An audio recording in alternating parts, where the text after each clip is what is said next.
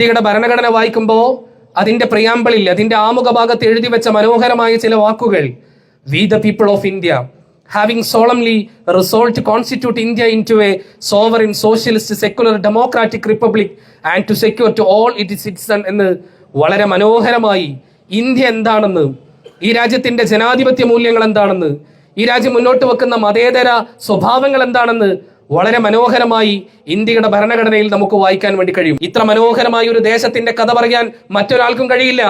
എല്ലാ ഇസങ്ങളെയും എല്ലാ മതങ്ങളെയും ചേർത്ത് സ്വീകരിച്ച ഒരു മണ്ണിന്റെ കഥയാണ് ഇന്ത്യ പറയുന്നത്.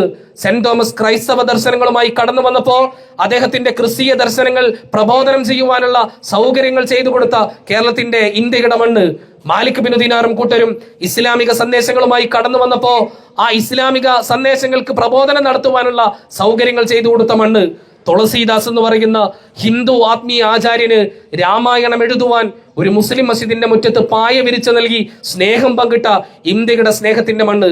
പൊന്നാനിയിലെ അലവിയെയും ഗോവിന്ദനെയും നമ്മൾ വായിച്ചിരുന്നു.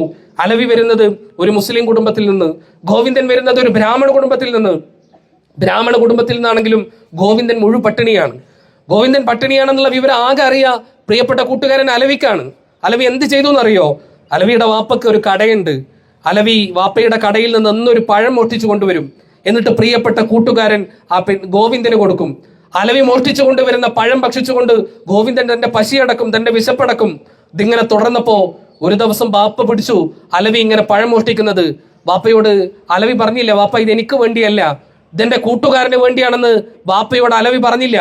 തന്റെ കൂട്ടുകാരന്റെ ദൈന്യത അവിടെ മറച്ചു വെച്ചു. ആ രണ്ടാളുകളും വളർന്നു. അലവി മലപ്പുറത്തു നിന്ന് വളർന്ന് മലപ്പുറത്ത് അറിയപ്പെട്ട ഒരു വലിയ മുസ്ലിം കാരണവരായി മാറി. ഗോവിന്ദൻ മലപ്പുറത്തു നിന്ന് വളർന്ന് കേരളത്തിന്റെ യശസ് ഉയർത്തിയ ഇടശ്ശേരി ഗോവിന്ദൻ എന്ന് പറയുന്ന മലയാളത്തിന്റെ വലിയ കവിയായി മാറി.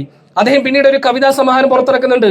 ഇസ്ലാമിന്റെ വന്മല എന്നാണ് അതിന് അദ്ദേഹം പേര് കൊടുത്തത്. അതിൽ തന്റെ ബാല്യകാല സുഹൃത്തായ അലവിയെ സ്മരിച്ചുകൊണ്ട് ഇടശ്ശേരി ഗോവിന്ദൻ എഴുതിയ മനോഹരമായ ചില വാക്കുകളുണ്ട്.